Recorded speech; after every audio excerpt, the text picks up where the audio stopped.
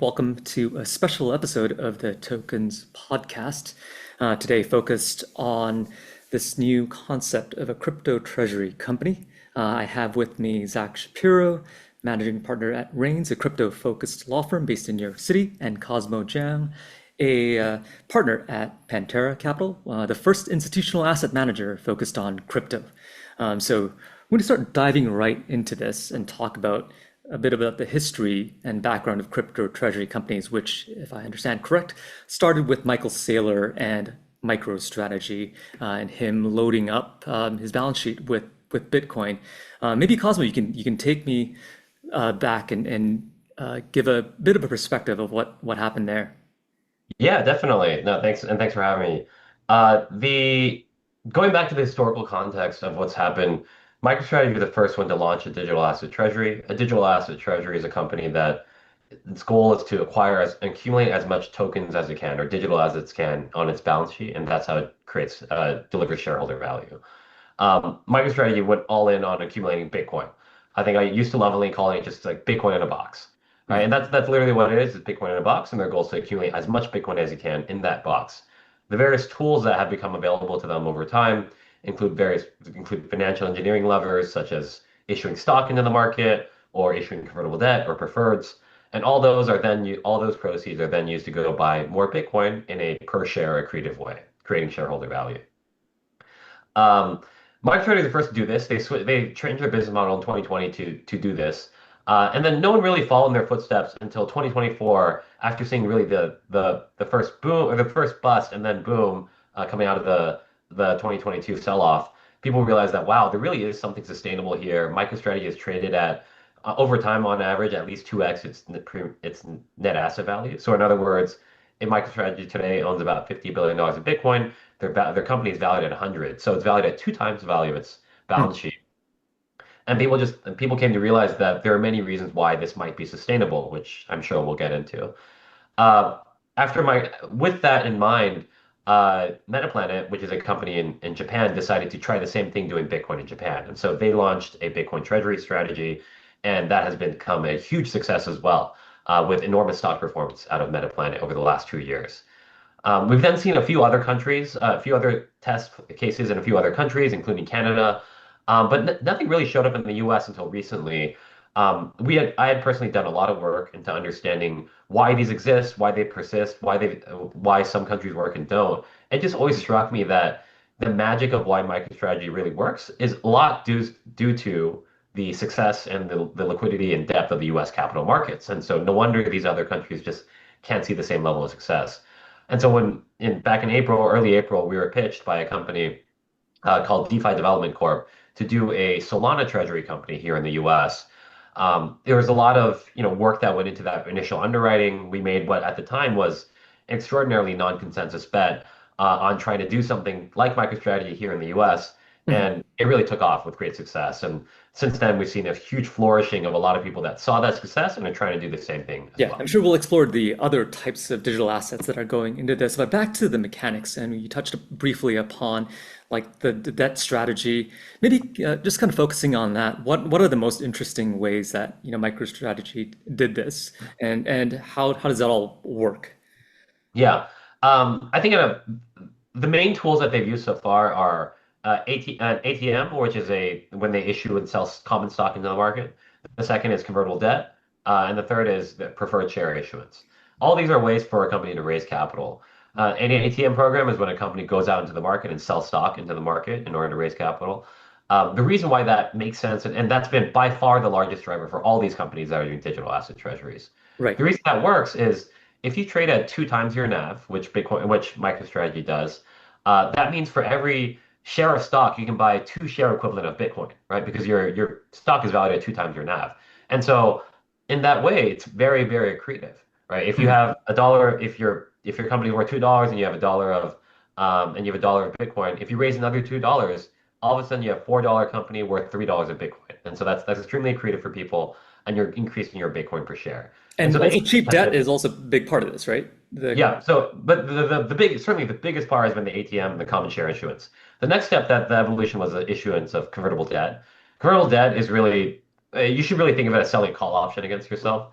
right? The reason why convertible debt really has a lot of juice, especially for these vehicles, is the high volatility in the stock.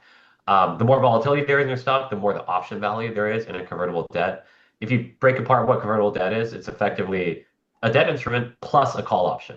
Mhm. And so when a company issues convertible debt, they are selling debt and a call option. And the call option on a very volatile stock is very, very valuable. And so they're able to sell a lot of convertible debt into the market because they have this extremely rich call premium. It's much like for a lot of people, they sell calls against their stock all the time to generate income. That's exactly what MicroStrategy did through their Mhm. convertible debt program. Interesting. The volatility is a plus here. In Yeah, that is the thing they're selling, more so than the principal. right. Zach, any comments on Yeah, MicroStrategy? I think in terms of sort of understanding how we got here, specifically with MicroStrategy, it's important to look at sort of the order of operations. So, Michael Saylor and MicroStrategy started down this path in 2020. Michael Saylor is a sort of dot-com era tech entrepreneur who personally made a lot more money on high conviction bets in internet companies like Apple than he did on his own business. In 2020, he was frustrated by how MicroStrategy, the company, was not itself scaling or growing its profits that much, and then came upon Bitcoin as a solution. And so the first ingredient here is that if you are a publicly traded operating company and you load up your entire balance sheet with a security, you're going to be regulated differently. You're going to be regulated sort of as if you are an exchange traded hedge fund and not an operating company. And that limits the way that you can tap into the capital markets to fund yourself. Because Bitcoin is a commodity, you're able to buy as much Bitcoin as you want and not be regulated like a fund. So Michael Saylor realized that he could basically transition his business from being primarily a software development company to being primarily a vehicle to hold Bitcoin back at a time where there were not spot Bitcoin ETFs. And this was one of the few ways people could get access to Bitcoin exposure, for example, in their retirement accounts. Then, after sort of selling equity to folks who wanted Bitcoin exposure, Michael Saylor went out to raise debt to buy more Bitcoin, to be structurally long Bitcoin, and realized this volatility question we are just talking about, that there are a lot of fixed income investors who really are just seeking out volatility because they will do an arbitrage trade where, for example, they might go long your convertible notes, they might go short your equity, and they can make a big spread. And the more volatile your company is, and your preferreds are, and your converts are, the better. And loading up on Bitcoin and then levering long on that Bitcoin is a good way to make your both your debt and your equity quite volatile. And because of that, he was able to get really cheap debt on really good terms, which allowed his company to trade at a further premium to the value of the underlying Bitcoin, the net asset value, that allowed him to do these. The meme became sort of accretive dilution, right? Selling at the peak, it was some over three times the multiple of the equity value to the net asset value, or what they call MNAV. And so he could sell 1.5 billion of MicroStrategy stock in sort of a single transaction to buy 1.5 billion of Bitcoin, and the 1.5 billion of equity that he would have sold was really backed by half a billion worth of Bitcoin. So there's sort of $1 billion worth of Bitcoin arbitrage if you think about it that way from each of these ATMs. But then, even if the dilution is accretive, it's still dilutive. And so the sort of latest phase in that is a suite of four different types of preferred instruments that are different ways of offering a perpetual yield. It is like a fixed income instrument, even though technically it is a preferred equity.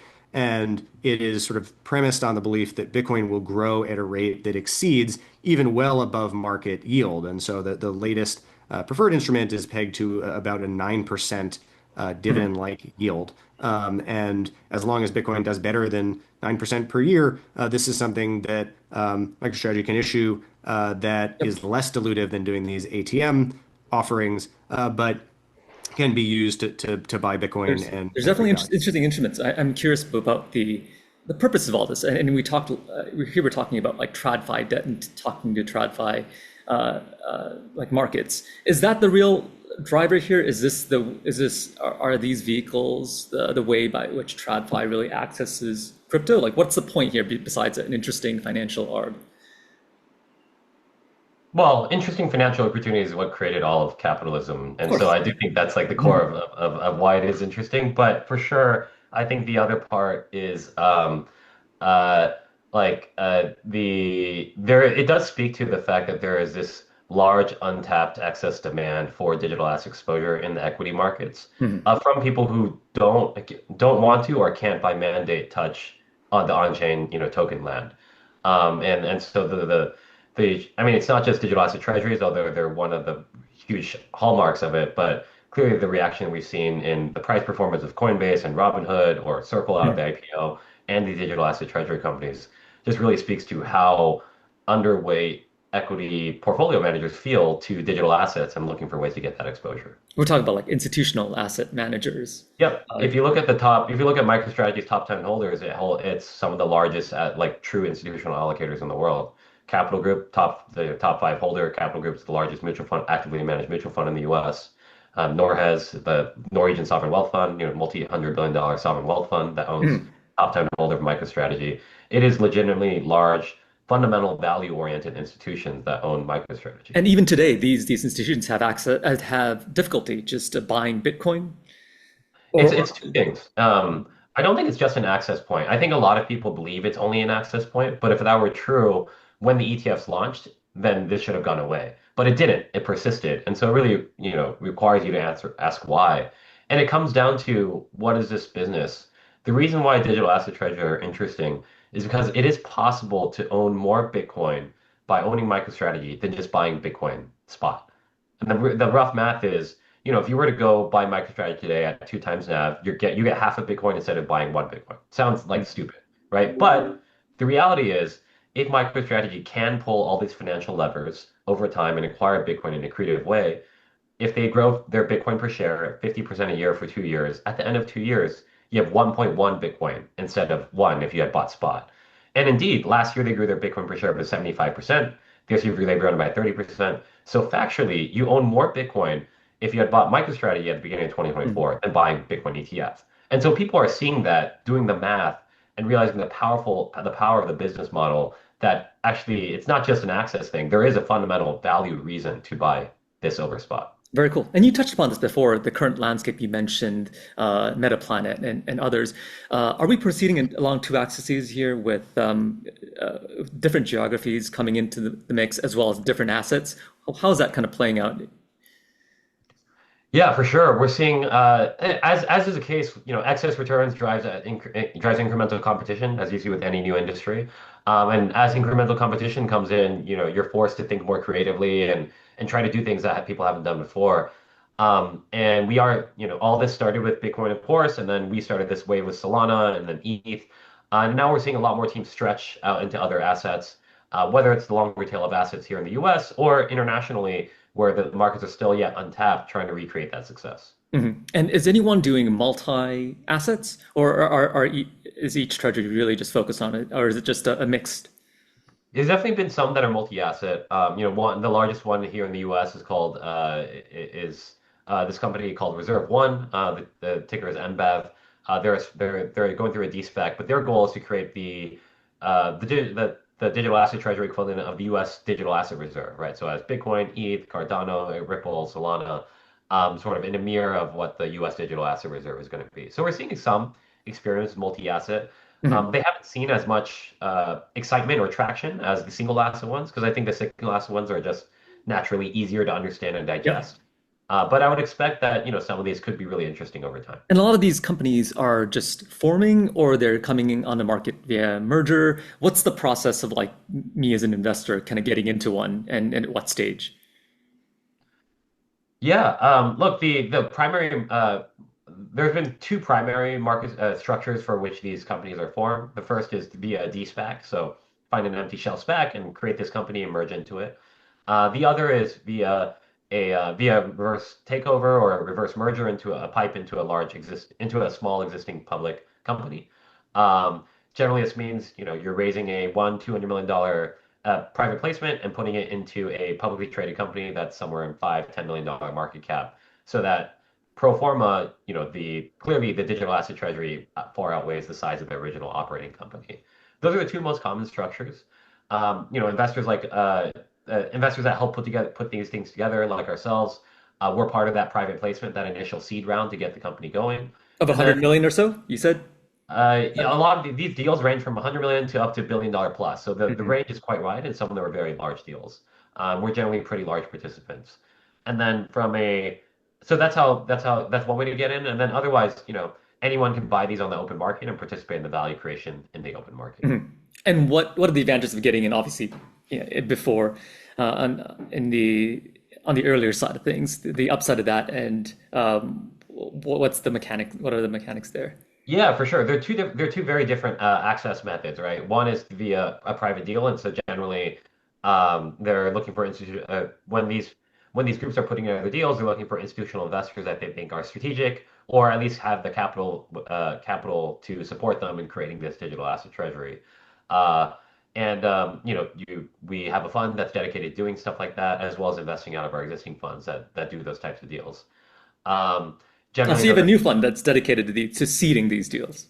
That's right. Yeah, we largely due to we're really grateful that we really started this whole industry and have the intellectual capital and credibility with our investors. And so really because of reverse inquiry from teams and from our LPs asking us to create this fund to give them access, we started a dedicated fund to do some of these. Interesting. What's the lockup on that? Like, say, putting sort of seeding these deals. Is it a 3 to 6 month timeline? Post merger? Are there any other considerations? Yeah, generally it really depends on the type of deal, but for these reverse merger pipes, they tend to be anywhere from 1 to 2 months, so it can be very quick. And then for de-SPACs, go through the SEC filing process. Generally, SEC approval takes around 3 to 4 months for a de-SPAC. Zach, any comments Yeah, on the point? so I guess for someone who's considering investing in some of these things, there may be some areas of nuance that are worth looking at. I think most of which we've touched on already. One is the valuation metrics. So the sort of KPIs or valuation metrics that these companies hold themselves to are things like Bitcoin per share, right? Or the change in that is the Bitcoin return rate. Or more recently, the term I've been hearing is days to cover. How long do you need to be invested in the treasury company before you're made whole in Bitcoin or whatever the token is in those terms for what you are overpaying in terms of the multiple to the net asset value or MNAV that you're paying. So, how long does it take if you're buying half a Bitcoin for one Bitcoin's worth of dollars? How long is it until your share basically equates to a full Bitcoin? Underlying, that's the days to cover. So that's definitely one And metric what to affects look at. that? Like, is that sort of the financial strategy of the management? Really, at this point, it's mostly about how early stage you are. That's why some of these sort of smaller deals are really attractive. The days to cover in Metaplanet is way quicker than MicroStrategy because MicroStrategy is at a larger scale. But then the question is like, how long does the growth persist? MicroStrategy has access to preferred instruments that other smaller plays don't. It's more liquid, and so there are pluses and minuses to each of these. With the geographical plays, there are also different sort of geographical specific factors that might price the MNAV differently. So Metaplanet has historically had a much higher MNAV than MicroStrategy because there is a much bigger access point question in Japan than there is in the United States, especially now that we have spot Bitcoin ETFs.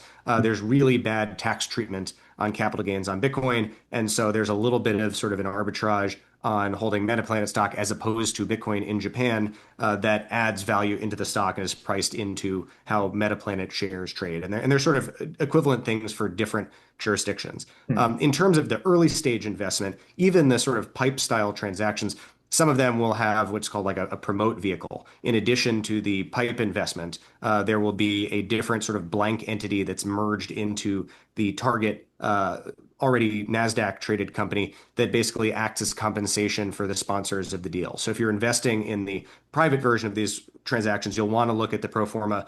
Where is dilution coming from? Sometimes there will be, one of the biggest deals that was almost $1 billion pipe is Nakamoto, which had both one of these sort of promote vehicles and the successor entity has the right to buy other of the sponsors' businesses at the pipe valuation into the future. And so you'll want to look at the 8Ks for each of these transactions. And each one generally, I've seen a huge number of these deals at this point. They all have little different wrinkles, and they're definitely not one and the same in terms of the structuring. Interesting. And maybe Zach too. What do you see as the risks or just kind of the potential here of these of the sector? Do you feel? So if you're investing in the pipe, the potential is that there will be some MNAV expansion because the market will give you credit for your acquisition strategy. And so then if you're able to invest in close to the net asset value through the pipe, there could be a lot of upside if you're constructive on the underlying asset. The risks are a few. One is sort of